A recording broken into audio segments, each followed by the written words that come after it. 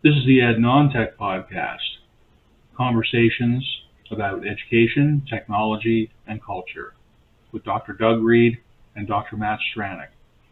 Thank you for joining us.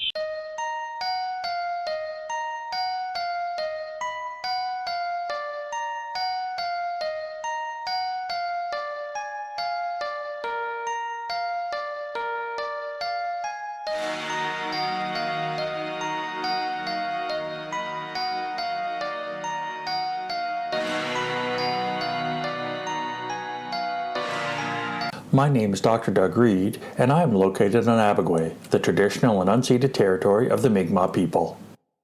My name is Matthew Stranick, and I'm in Kamloops, British Columbia, on the traditional lands of Tk'emlúp-te-Secwépemc within Secwépemc-Ulu, the traditional and unceded territory of the Secwépemc people.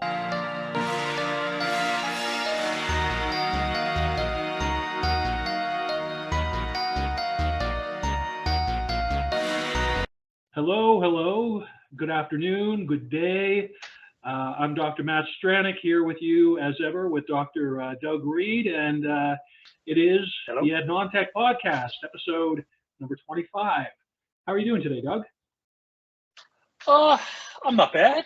I just had a close encounter with nature, so I'm feeling a little stupid, but not bad. Oh, geez, you've piqued at least my curiosity and possibly others. You're going to have to elaborate a bit on that, dude. I went for a walk on the beach. Okay. With my dogs, and we walked, and it was great, and then I turned around and started to come back, and it was like, oh, the tide's in. Oh, okay. So at one point, I ended up with one dog in each arm, and I'm on my tiptoes, and the water's going in my rubber boots, and it's like, I know better than this. This is what we call maritime problems, people. Just if you're looking for something to file this under, but no Dougs and no dogs were harmed. I understand. Oh yeah, right. The story has a happy ending. Yeah, some wet socks and a bruised ego, so it's all good. Yeah, well, I mean, beats a lot of the alternatives, right? Yep, you can't be a lifelong learner if you don't keep learning. And learning necessarily involves making mistakes. Fail better, fail more, something, you know? Yeah, that's absolutely it. How are you doing?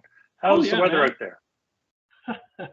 For a moment, I thought you almost said, how's the weather up there? Because I've gotten that a lot because, you know, I'm extremely tall. So when I was a kid, I'd go over to my grandfather's house and he'd be like, how's the weather up there? And, you know, I got that at school sometimes. But that's not what you said. Yeah, man, it's hot. It's so Kamloops, among other things that it's possibly known for, it gets more sunlight than any other sizable community in Canada, just because of the relationship between the city and the mountains, basically the surrounding mountains, and the fact that a lot of the city is actually built on mountains. So what that also means is, I mean, this is the second hottest place I've ever lived for this time of year, you know, besides the Middle East. So yeah, we're talking middle 20s, and between middle 20s and 30, that's just like the thing now. I was downtown meeting a colleague, former colleague. I guess he's a current colleague. Another guy who's into writing a lot, and he's still he's a staff member at TRU at the Writing Center, and we're both from New Brunswick, as it happens. We're just like sitting there in the coffee shop, just going, man, it's hot. Yeah, man, it's hot. And he's like, he's been living here for 25 years. He's still not used to it. I'm like, the only reason I'm used to it at all, the only reason I can hack it, really, is because of the time in Qatar. So it's, I don't know, better than the alternative, I suppose. I'm hearing, you know, like, some friends of mine who are in New Brunswick, you know, there's been reports of snow like within the past month, right? So, I mean, it's just, yeah. Well, anyways. How can we tell people that we're Canadian without telling them we're Canadian? We just talked about the weather for 4 minutes. We could go longer too. I mean, we can jettison really the whole. Or we could frame even the topic, weather metaphors and such. I don't think we need to quite inflict that on people, but maybe one of these times. Anyway, I am betting we could talk about the weather and connect it to education and technology for an hour. I have no doubt we could do that. Well, I mean, it's cloud-based, a lot of it. Yeah. So, yeah, that's good. bazinga, right? That's. But why don't we, instead of telling people what we're not going to talk about, why don't we tell people what we are going to talk about? Doug, what's all the kerfuffle today? Okay, so at episode 12, we did the Flotsam Jetsam, Legan, and Derelict, right? The collection of everything that we had left behind. Yes. And now that we're at 25, yep, I figured, why don't we tie in some of the threads? And one of the threads we have talked about is how much we love centers of teaching and learning. So we heart centers for teaching and learning. That's kind of where we're coming from. Like that, something like that. I was never cool enough to be able to do those sorts of. Yeah, that's not it. I've never let lack of cool kept me from attempting anything. My kids and other people will tell you all about it. But yeah, well, that's awesome, man. And I do really like the recursive nature of this show. It almost ties in with an intentional philosophy of education, you might say, that we both participate in. So go figure, right? So I guess out of all the things we could have gone back to, because we have, kept, there's some topics, right, that we could and can and will come back to. Apart from this one, anything at all that sort of caused this at this juncture to be the thing that we spoke of? Yes, we've started to get merch, right? You with your other podcast, Today New Brunswick, Tomorrow the World, you got those really cool T-shirts.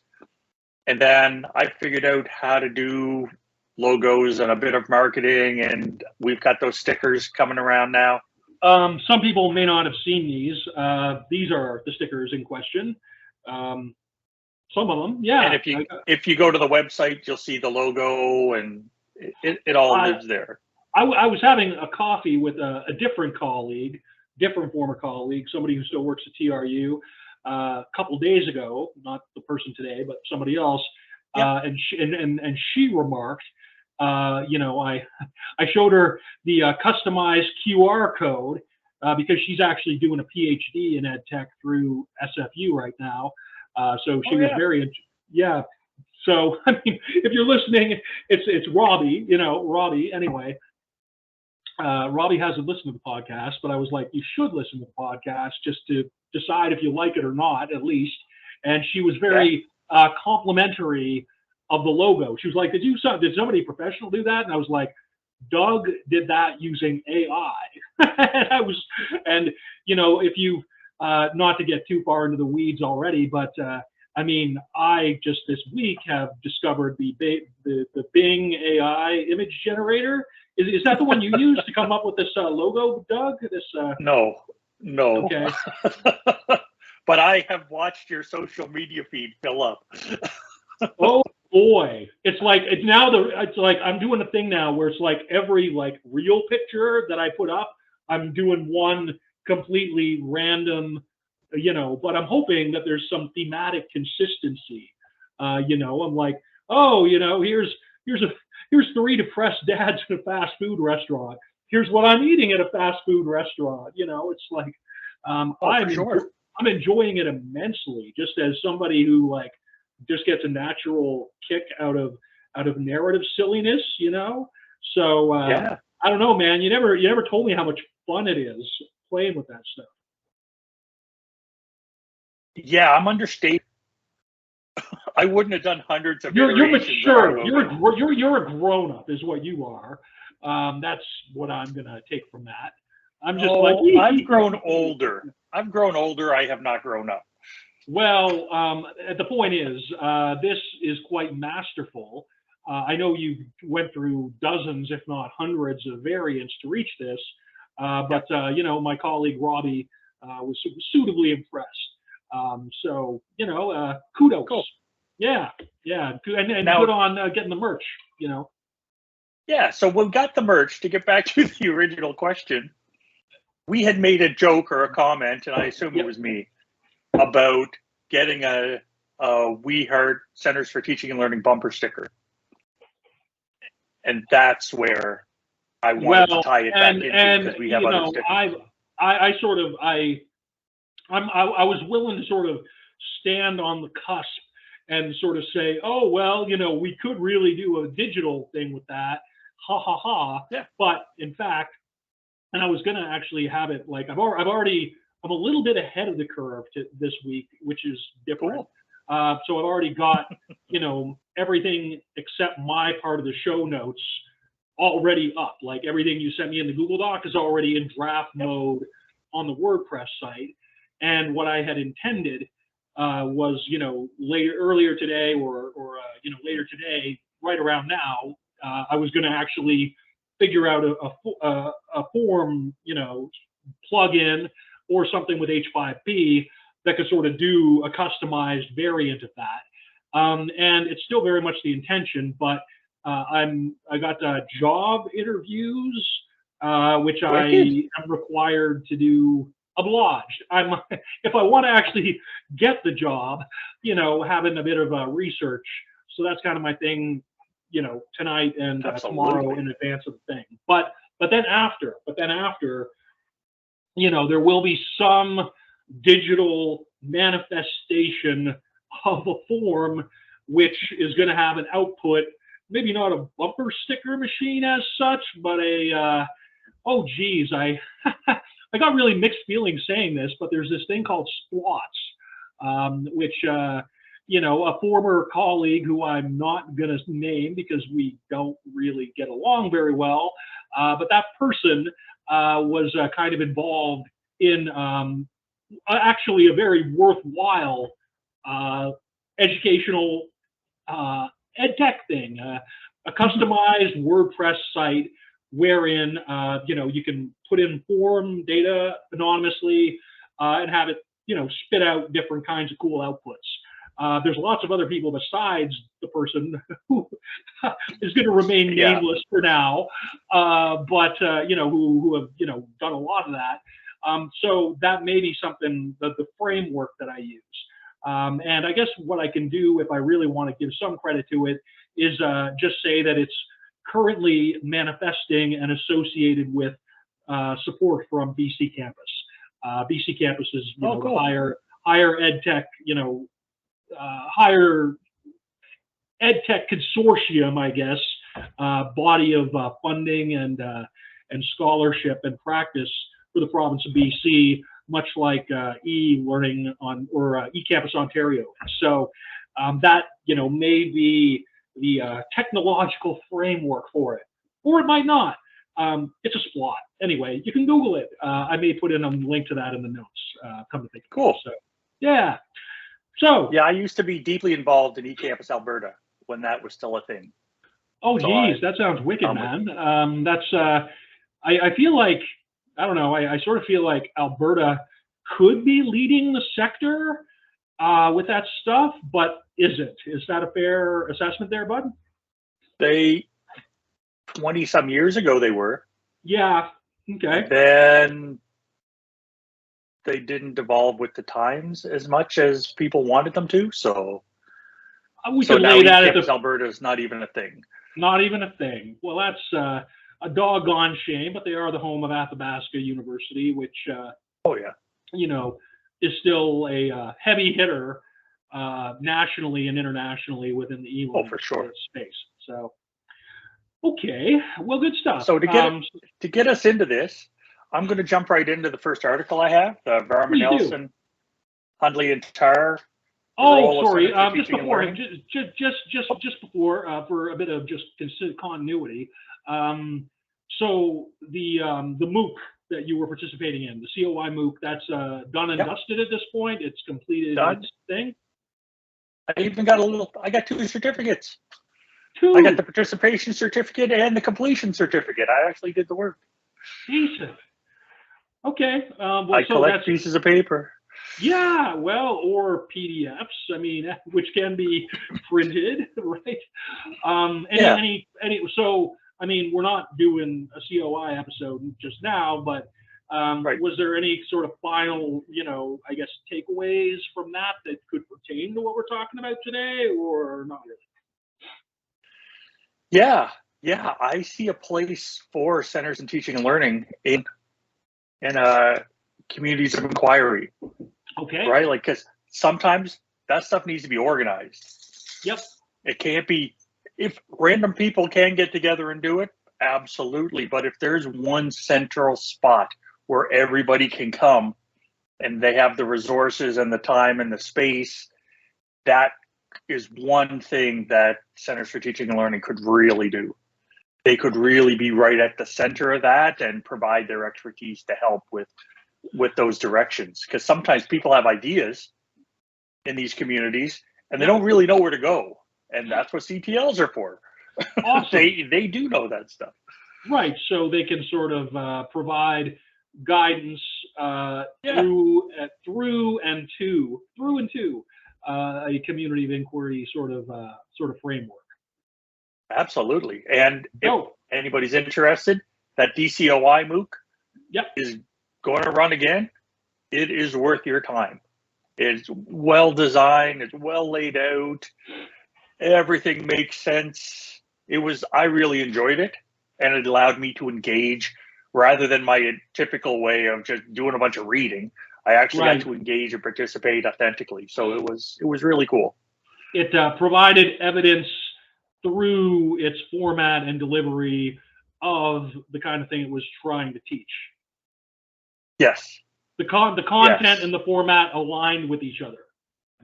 Yes. And there's a chance that through this, somebody said, hey, would you like to help write some stuff on instructional design and communities of inquiry? And I was like, awesome. Yes, I would.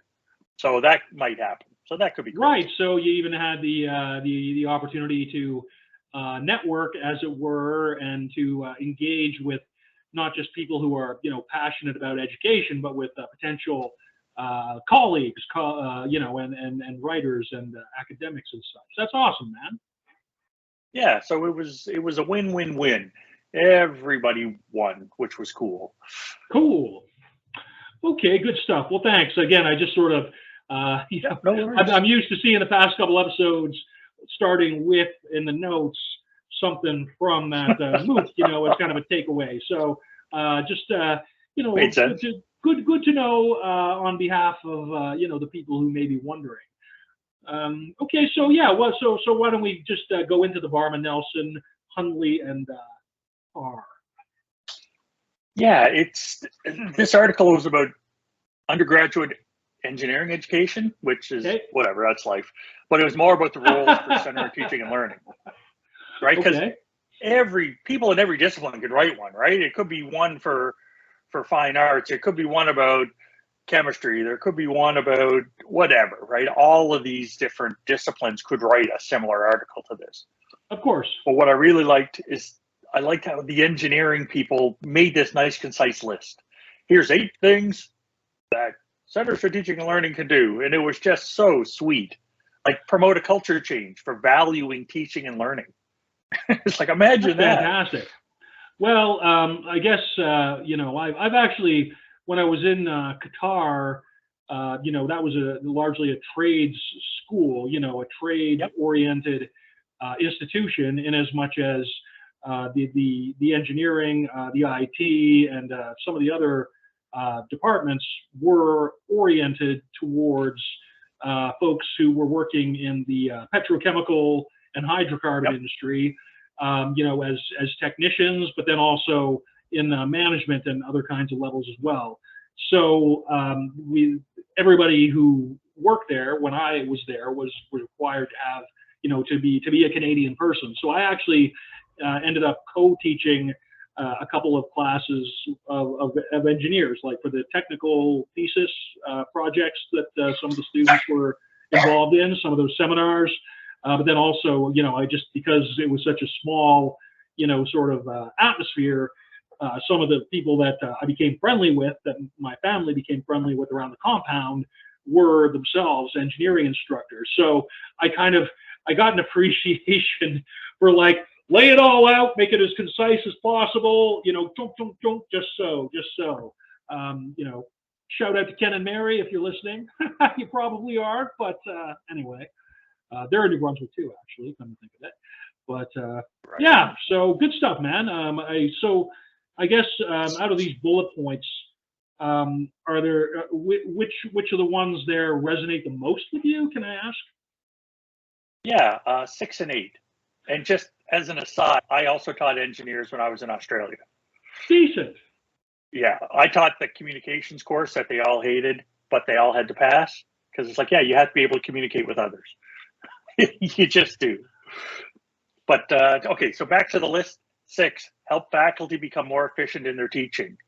Okay. It's like, yes, you might be an amazing engineer, you might be a fantastic researcher, but your role is as an educator, so you got to get better at education, right? And some people have a hard time making that shift. They're like, no, I'm this engineer, I'm an engineer. It's like, then you're in the wrong room, right? This is a room for educators, and you're getting paid to be an educator, but you haven't made that cultural identity shift yet. So, well, differentiating just between imparting certain knowledge of technical procedures and skills to actually, with a pedagogical or andragogical intention and focus, elevating it to the sphere of proper, more well-rounded, more nuanced, if you will, to something more three-dimensional, Yeah. And the other one that was really vital to me was ensuring number 8, ensuring the ongoing assessment of students, learning outcomes, courses, programs, and related items. I have taken classes where I didn't get a single grade back till after I finished the exam. Like, I had no clue how I was doing. And that bites. Yeah. So, yeah, definitely. So it's sometimes people don't see, especially like people that aren't pedagogues, they don't see assessment as part of their job. They see their job to stand up in front, stand and deliver. And it's like, no, you're here to help them learn. That doesn't necessarily, sometimes it might be stand and deliver, but not all the time. And how are we going to assess them? How are we going to make sure everything's covered? And it's those types of things. Yeah. So again, like what we might consider fairly just, through training and experience, something to the effect of, you actually want to name what your outcome is for any given, course or, learning experience, Yeah. Being able to pin those down specifically and then align evaluation, assessment, learning activities to those outcomes. The constructive alignment, as it's sometimes referred to in the SOTL, the Scholarship of Teaching and Learning realm, literature, whatever. So that's, kind of foundational stuff when you're doing, even a B.Ed, certainly an M.Ed, but one should not assume that, engineers in Australia or Qatar or Kathmandu would necessarily, have that knowledge firsthand, right? So from their practice, right? You shouldn't assume that at all. So that's a good one, definitely. Bud.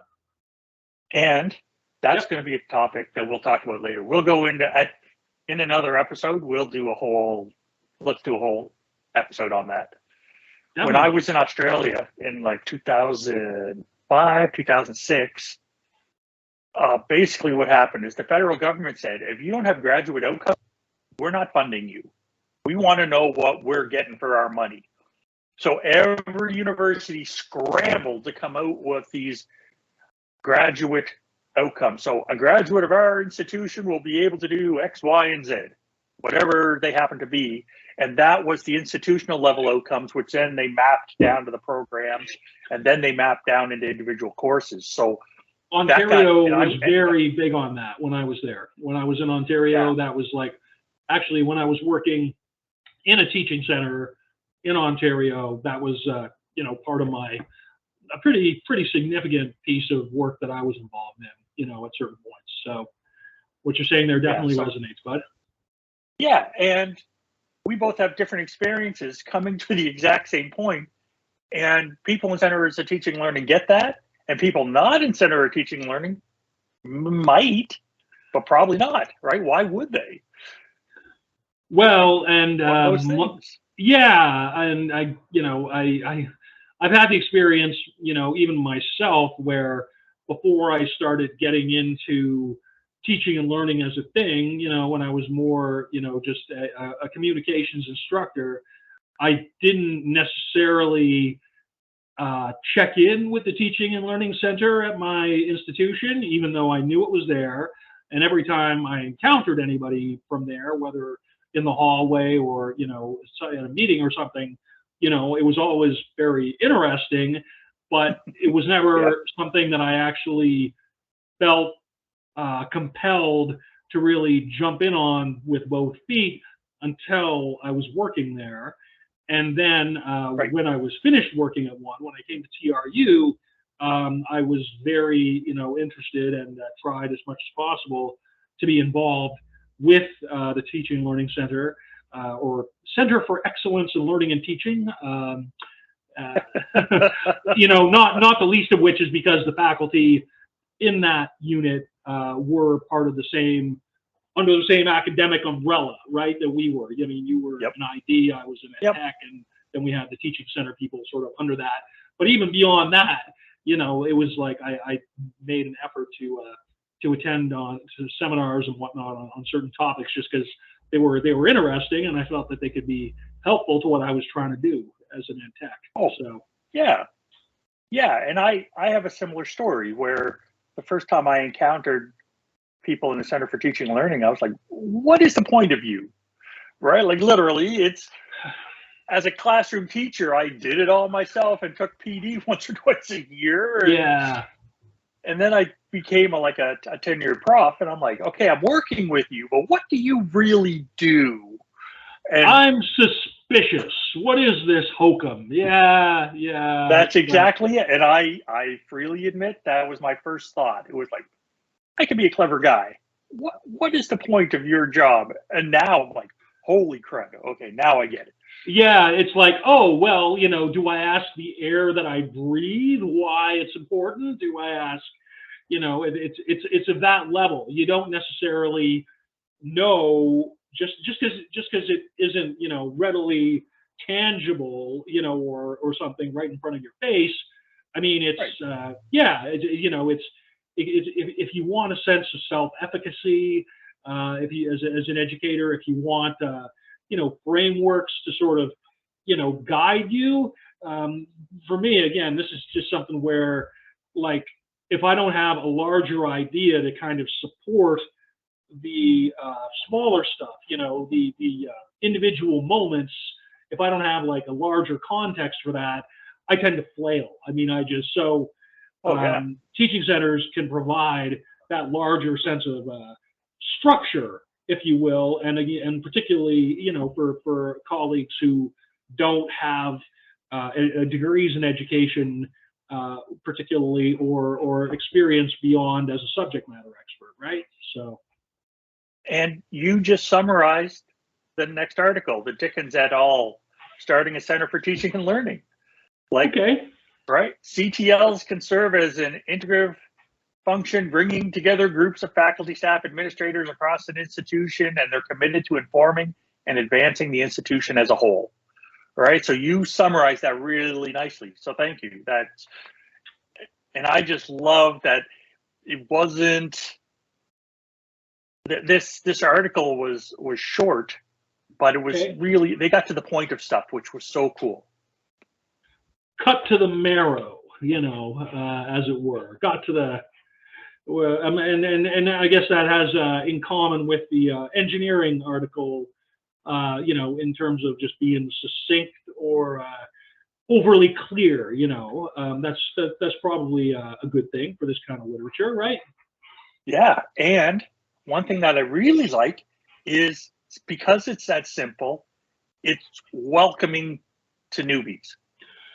And a lot of the people going to Centers for Teaching and Learning, they're newbie educators, or they're at the point where they know they need to get better. So why hammer people with a bunch of jargon and a bunch of history where they have to go read other stuff to figure out what you're saying when you can do it clearly in the first place? It takes a lot of effort to distill something down to the point that it is readily communicable, that it is something that non-specialists or, quote unquote, lay persons can appreciate on the first go. And you're building up goodwill by doing that too, by, putting the jargon to the side and engaging people with where they are. I think probably, when I was meeting with clients, when I was meeting with faculty, staff, or whoever came when I was in that kind of role, the faculty development profile, so much of it depends on just being welcoming, inviting, being ready to meet people where they are, not where you want them to be, but, and just giving them scaffolding, as it were, to use a constructivist, concept, to reach the point that they are capable of and interested in. And that's going to be different from everybody. So making it simple, making it straightforward, making it clear is such an important aspect of the practice of these centers, right? So I'm glad that I'm glad that the literature that you've selected here is kind of reflecting of that mandate, Yeah, well, we need to role model stuff. Right? Very much so. Walk it like we talk it, so to speak. Yeah, that's right. Yeah, because you'll get the finger wag, and you'll get the don't make it so complicated, make it clearer, and then we expect these people to go into their classrooms and do the same thing. Well, you can always, start simple and kind of ratchet it up if you sort of get that vibe, and if it's mutually agreeable, you can do that and still maintain goodwill. Whereas if you sort of start out, with the jargon, if you start out with, some conceptually heavier stuff as your entry point, that is going to be a turnoff, and you're going to lose people. So that's just kind of So, anyways, bud, this is all good stuff. Well, what was that Einstein quote? There's an Einstein quote about if you can't explain something simply, you don't understand it yet. I think a Google for that will be most excellent, but even without that, the sentiment that you're expressing is on point, bud, totally on point. So yeah, part of the problem is I found that quote on the internet, and I'm pretty sure not everything on the internet's true. There might be one or two websites you go to. Pish posh, I say to that. Pish posh. So the next one, to get more to the point where we talk about more center teaching and learning, I went and grabbed a thesis, and this is the first thesis that I'm referencing that isn't written by a host. So it's not yours. It's not mine. I was saying, I think this sounds familiar, but actually the reason it sounds familiar is because you mentioned that very thing in the notes, and I put the notes into the WordPress. I'm like, so do tell. Speak to that aspect of it a little bit more, bud. Yeah, so we have done perceptions of outreach, theory, and practice at Centers for Teaching and Learning.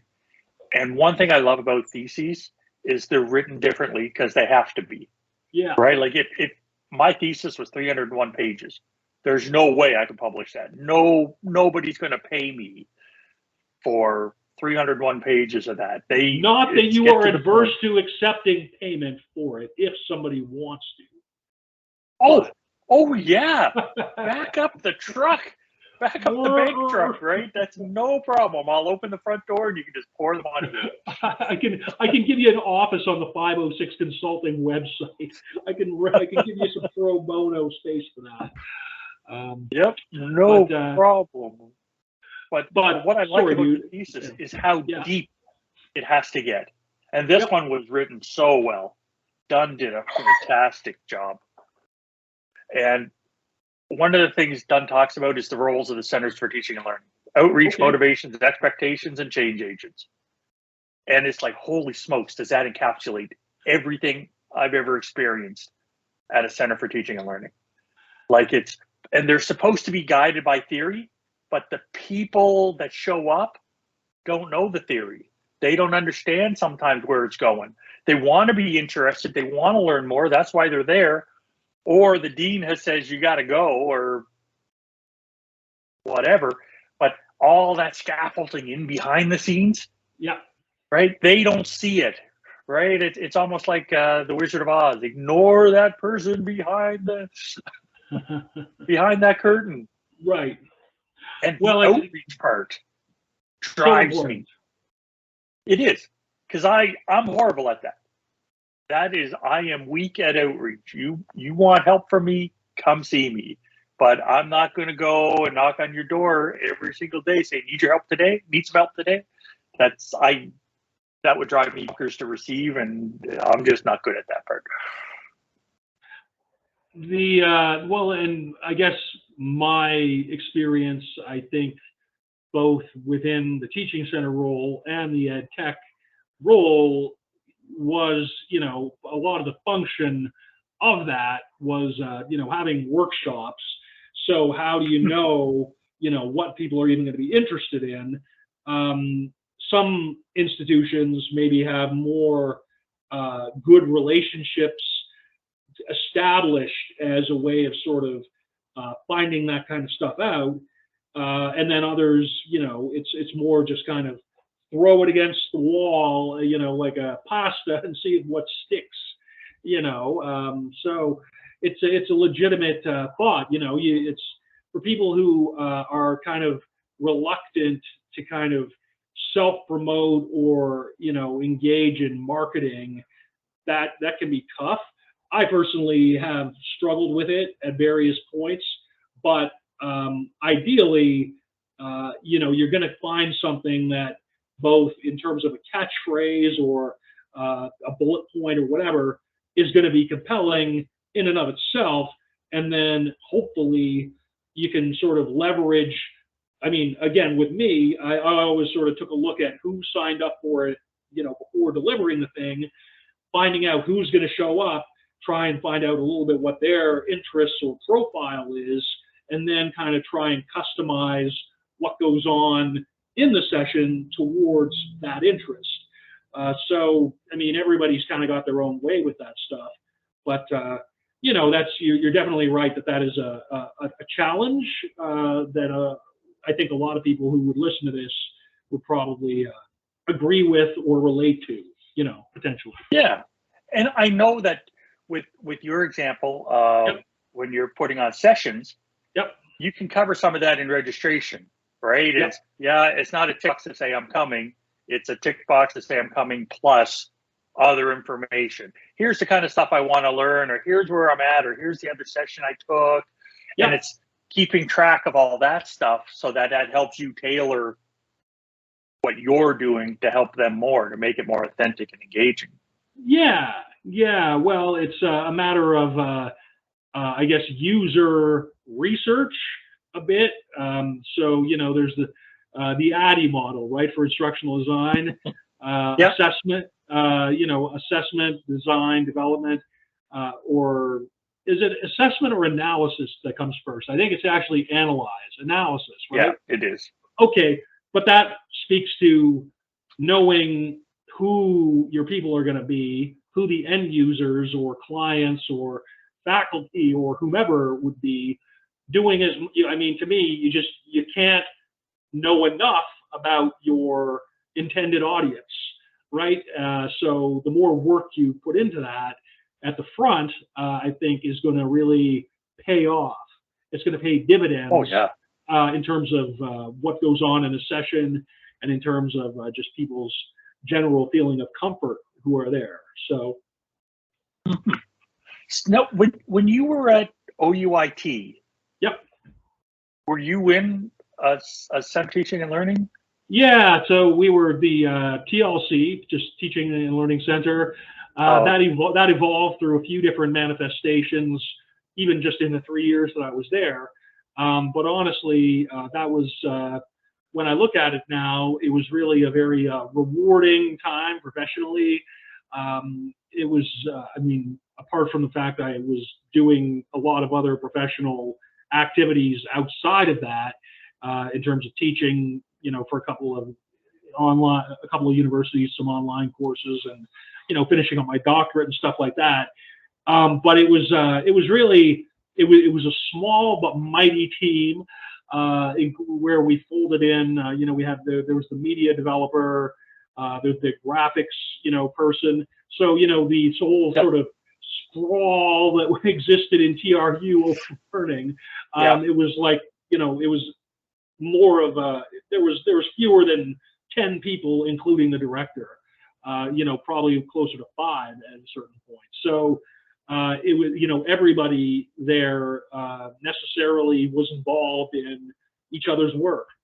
So that was, I mean, again, you look back on things after the fact, and that was really a good formative time for me, in as much as it really promoted working effectively on multidisciplinary projects with multidisciplinary teams. Although certain colleagues at my last institution may not agree with that, it was something that I definitely learned a lot from at the time. So. Yeah, I was just curious about your experience at OUIT, because you would have been there when it was still pretty darn young. Yeah, UOIT was, it sort of morphed out of the structure, the administrative structure for Durham College, which was sort of an Ontario, Durham region, Eastern Greater Toronto area community college. Since the 1970s anyway, there became sort of an express need within the Greater Toronto area from, I believe, within the Ministry of Higher Ed, to the effect that a sort of polytechnic sort of university would need to exist, or could be viable in Oshawa, because Oshawa, it's about almost an hour down the 401 if there's not too much traffic from Toronto proper, and it remains a commuter school, and with programming focused on it's not as trades intensive as TRU, like for people who are in technical fields. So School of Health Science, School of Nuclear Science, notably, UIT, Ontario Tech University, as they're called now. They're fewer than 20 years old, which means that they were about 15 years old when I was there. And they offer PhDs. I mean, you can take a terminal doctorate in certain disciplines there, which is not the case at TRU. So in terms of regional profile, it was not as high up there as TRU is to the interior, but there's nothing else within the interior before you get to Kelowna around here, right?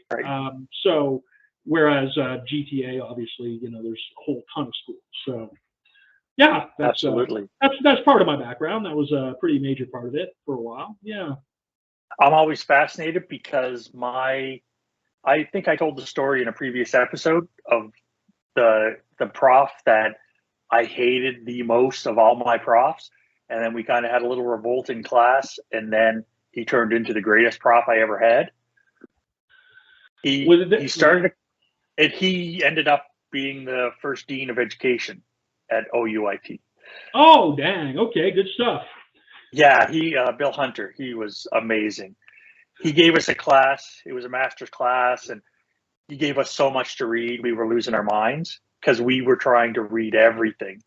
And then people had a revolt in class, like, what are you doing? We can't do all this reading. And he says, well, then don't read what you can. I was like, what? What are you talking about? Use your agency as learners to, take it on yourself. That's awesome. No, I mean, the School of Education there, they actually have sort of developed a fairly robust educational technology and distance and digital education sort of, as an area of concentration within their School of Education. One of them, the School of Education was actually located along with the Humanities School in downtown Oshawa, sort of away from the suburban part of the campus. So really good experience every time I had to deal with those folks. They didn't hire me for a sessional instructor role like I wanted them to, but besides that, they were good folks, so. Right on. Yeah. Okay. After that little trip down memory lane, I want to jump to the next article. Yeah, this is dope. And this looks really interesting, man. I like the this is a very different spin. Yeah. Yeah, and the graphic is what sold me, right? Because they approached working with teachers very differently. And it was a handbook for teacher educators. And it's teacher education in sub-Saharan Africa. Awesome. And literally, it's a handbook for people in centers of teaching and learning to say, here's how you deal with people that don't know anything about education but been hired to teach in their discipline. And it was so cool. And literally, sub-Saharan Africa just fascinates me. So that's where I went. And it was like, here's curriculum mapping, right? Here's course design. Here's material adaptation. Some agreed upon principles which diverse nations within a pretty large geographic area can sort of use to, harmonize what they're doing with one another, right? Yeah. And I like the cyclical method or the cyclical approach that they have to it, right? There's no real, there is a start, but there's no end. You just keep going around and around and around. And it's, what can we do? How do we do it? And when they had community of practice, I was just looking at that, and that was literally what was pinging up in my brain as you were speaking to that. Yeah, that's awesome. It's almost like we have the Vulcan mind meld. We're thinking the same thing. It's like we've spent enough time on a similar endeavor to have a similar concept for some of this stuff. For sure, man. That's dope. That is it. So this is one of the few ones that I put a link in, right? And in the 25 episodes, I haven't put a whole lot of links in. But this was, hey, if you're interested, go grab this link. And because it's not coming out of like a Western nation, really, right? Yeah. It got published out of the Open University, but otherwise it doesn't have to be white and middle class or upper middle class, right? This is it's from the so-called third world, right? Point of fact. Yeah. I mean, or at least not the first. I shouldn't necessarily say the third world because that's kind of got pejorative connotations, but it's not of the first world, full stop, right? The so-called the global, the preferred term, global north versus global south, right? Global north occupying positions of privilege, European and European-based, North American, whatever, as opposed to Africa, as opposed to South America, Brazil. I've been picking up my Paulo Freire again after some digression. I've got these both as references, so the ancient Stoic stuff still has been something for me. So having finished this excellent book by Seneca, which has some, I think, pretty broad applications about the end of life. You talk about the end of life, you can talk about that as a metaphor, which applies in a whole lot of settings, most of which involves the fact that the past really doesn't exist anymore. The future doesn't really exist at all. So what you've got is the present moment and making the best possible use of that, unencumbered by too much fear or concern over the past or the future, to me, is pretty damn resonant with a lot of the things that we talk about on this show. So now, having finished that up, I picked up my Freire again, and as is my thing, I just can get through 5 or 6 pages of it. It's beautifully written, but the context, the global South, is so different, and it's written philosophically, which is of deep interest to me. But it also deals with a lot of political concepts and contexts, which are foreign to me, literally foreign to me, and which I think are important. And that's why I can only get through about 5 or 6 pages of it at a time before I sort of have to put it down and sort of let it simmer. But again, I think it aligns, the perspective that's there. It's so important as educators or educators of educators, if you work at a teaching center, to be open to these perspectives that are outside of what your normal thing would be. So to tie the Seneca, to tie the Paulo Freire into what you just sort of described in terms of the sub-Saharan Africa, I mean, this is where your teaching and learning center practitioners will hopefully be. Those are the kinds of spots they can go. They can bring that stuff in, and almost like a clearinghouse, almost like a for educational perspectives that you can then communicate to you in a way that you wouldn't necessarily have to read all these primary texts, all these articles. They can sort of manifest strategies, sessions, resources based on this wider, very, very wider body of practice and scholarship. So hopefully that wasn't too much of a digression to justify getting those two, into the references, but I think that there's a point to be made there, bud. Oh, yeah, and it ties in nicely with my last article, the Kim article. Awesome. The 3 things somebody new to the CTL world should know. Yep. Right? And CTLs and academics who work in them should be at the forefront of leading institutional change.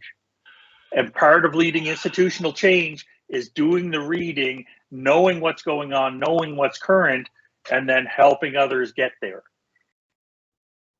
That's my 2 cents. Very much so. I completely, I put my honestly, this is just me, my cynical thing. What I was thinking as you were saying that is, but that's like pie in the sky, because I'm so cynical about the upper management and administrative and executive class at institutions that ideally what you're saying is true. And I'm sure that there are, places that actually do give, the teaching center and the people the faculty, staff who work there, those kinds of leadership, that matches what they should have. I haven't necessarily seen a ton of that in my career, but, but that isn't to say that it's out of the question or that it doesn't exist other places. So, folks, if you're listening in and you have a particularly positive experience wherein you can say that your teaching center does, act meaningfully and is, respected and treated as a leader, then that would be something we'd be interested to hear about, I think, if you were to contact us in whatever way. So now you got these other monikers. Did you come up with that all yourself, or what was the? As I searched through the literature, I kept hearing different names, and some of them are older, and some of them are younger, and some of them are in one place, some of them are in many. But there is at least 16 that I found. Right. That all means the same thing. Like sometimes it's the Learning Commons. Sometimes it's the Learning Center. Sometimes it's the Academic Support Center, Faculty Development Center. A lot of them had the word center in it. Yeah. But that's So the name again, we go back to the very first episode that we did where we have a naming issue, Yeah. right? What's the difference between a center for teaching and learning and a teaching and learning center? Like, come on, why are we doing that? Right, and I think a lot of that would owe to local institutional norms and local institutional histories, and the fact that some people will choose to have semantic preferences, or preferences that they are pretty strong about, to the extent that I mean, the local culture, the local context is everything with this stuff. So, but I do agree, it's a lot of, it could potentially just be, word salad, right? Depending on where you're coming from. Yes, because I was at an institution where they had 4 faculties and a school. Like, they had a faculty of nursing, they had a faculty of arts, and they had a faculty of science, and they had a school of business, because business faculties are called school. That's just, you want to join whatever those other business groups are, you got to be at a school of business. At TRU, it's the school of, exactly, yeah, SOBI, right? School of Business something. Yeah, okay. Business school, not business faculty. Yeah. But the rest are all, like, most places have a faculty of arts. Right. Right. Or they have a faculty of science, or, well, for whatever reason, maybe we're just too new, because the first CTL that people have written about was in like 62. So it's 60 years old, and that might seem old to some people, but education's slow. It takes time for the institutions to change and grow and stuff. Well, education, even as its own area, is sort of a meta field, right? Yeah. In as much as it deals with practices, it sort of takes and speaks to what other disciplines are doing, and tries to speak as broadly across those practices and across those subject matter areas as it can. So if something is meta, it does tend to, be behind chronologically, but also hopefully ultimately leading the way, because it can, speak multidisciplinary ways, just by its very nature. So yeah, hopefully. Yeah, fair enough. Fair enough. So the last yeah. Go ahead. The last little bit we got are the couple of images, and there's only one I really wanted to talk about. The other ones just tickled me, and they're not about Centers for Teaching and Learning directly, but they are about teaching and how important it is. Okay. So the only one I really thought was really funny was the little robot one, and it's like, "Are you here for the robot uprising?" And it's somebody it's a little robot with a clipboard, and I have memories of going to the Teaching and Learning Center, and somebody's with a clipboard. Okay, what session are you here for? Right, I'll send you on your way. And then the little robot says, "Oh wow, is that happening? No, I'm here for how to continue working effectively with human seminars." Like, oh yeah, 2 hours down. How can I not help you today? Is kind of right. Yeah, so I just wanted to. It just felt like that central organization is just the person with the clipboard. I've been that person, and I've also been the person looking for the person with the clipboard. So, and it's, how do I learn more? How do I keep this going? And it is a pretty thankless job, to be entirely honest, because I know there's a whole lot of people in Centers for Teaching and Learning that just get frustrated. And they just get tired because they're not real academics, because they're not teaching undergrads or postgrads. They're not real anything. They're still on the outside looking in. They're perceived in that way, which can extend into the self-perception. I think that there's a point to be made for folks who staff those roles to actually, get an opportunity to teach a full or half credit kind of thing in their prior discipline, if only to sort of not prove their relevancy, but to sort of get maybe more of a first-hand exposure, so that when faculty are coming in, that they have a certain level more of credibility, which might not necessarily be perceived as being there, but then also so for their own knowledge and awareness, right, of what it's quote unquote really like out there. So that sounds like the voice of experience.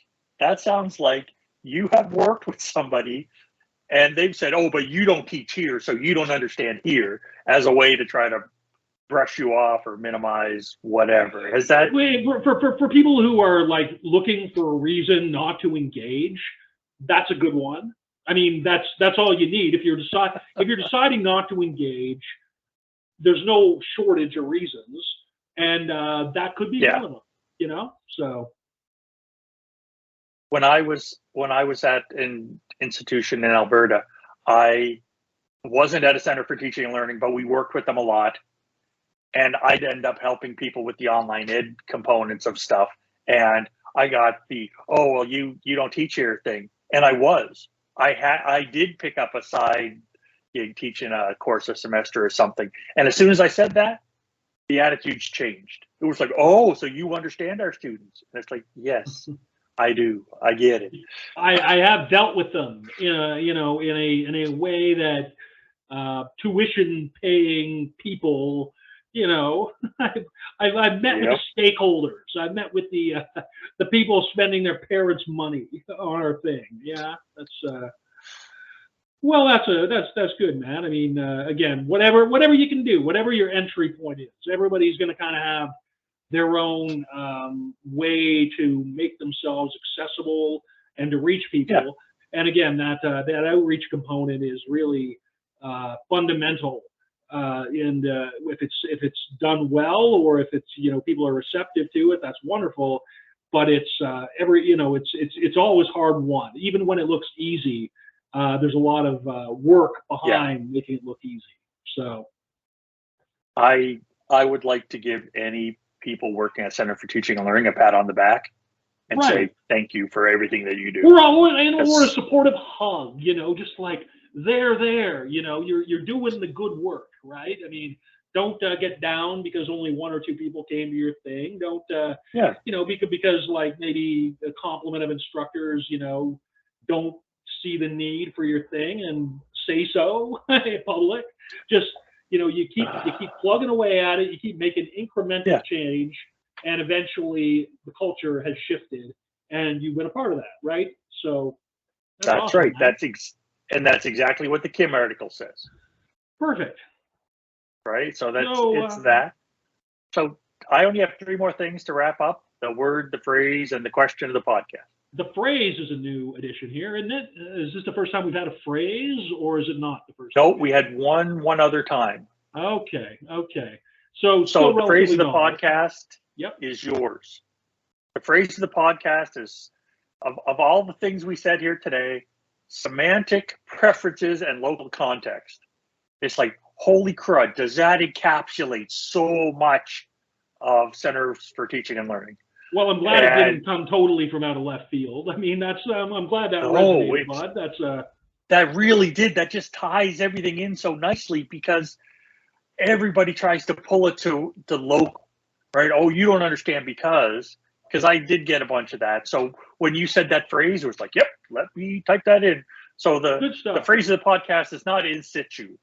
Okay. I just put in situ there as like a holding spot. Okay. The word of the podcast is actually an emoji, so I don't know if that counts as a word, but it was just heart emoji. Yep. And for me, I'm so old that I need my glasses to see the emojis because the pictures are too small now. So I like emoticons, which have a totally different development cycle and growth cycle, right? Like emoticon, emojis did not come from emoticons. There's a whole history Okay. there that we can go into sometime. Oh, And- right. The emojis are like the keyboard based ones, right? That's Yeah, and as opposed to the emoticons, not which so are that's, like colons the and actual- semicolons and yeah. Okay, brackets and I got you parentheses and there. all that. Yeah. yeah. And my question for the podcast is, why haven't Yep. people spent more time collaborating with centers of teaching and learning? Everybody that goes there learns something and they become better educators. So why is this service there? Why are these skilled trained professionals there? And they're just not getting as much input or in uptake as they could. Why So, are they being if- underutilized to the extent that they Yeah. are? Yeah, fair enough. Fair enough. So that was just like listeners out there, if you could tell us why, please get a hold of us and tell us why. Yeah, drop us a comment or hit us on our social media, such as we have, or any of the other ways. We got that really spiffy digital business card, so that's Yeah. front and center on the website these days, right? So Yeah, I think it's pretty slick. I think The only thing, so I'm lying. I said there was three things. There's actually a fourth thing. okay. It has nothing to do about Centers for Teaching and Learning, but Okay. the day that we had initially planned, or the day in my head that I Yep. thought, oh, well, we'll do this recording, was Okay. the 30th anniversary of the World Wide Web. Oh, And I just well, thought, wouldn't it be awesome to drop that in? And so now the World Wide Web is 30 years and 4 days old. it is May the 4th right now, so for Star Wars Oh, fans, yes. May the 4th be with you. So those two things, those two phenomena are somewhat they're not mutually exclusive. Let's put it that way, right? Oh, that's for sure. Okay, man. That is Well, I for mean, sure. Well, that's kind of a nice note to go out on. I think we got our points so we can celebrate a bit here in terms of framing down the discussion. Framing down. I think I just made that up, but anyway. Okay. Is there anything else you wanted to speak to here before we sign off, bud?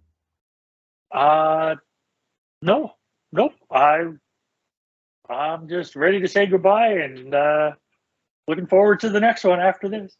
Yeah, totally. So take care, everybody. Thanks for listening or watching, Bye-bye. whatever you're doing, and hope you're enjoying the springtime wherever you are.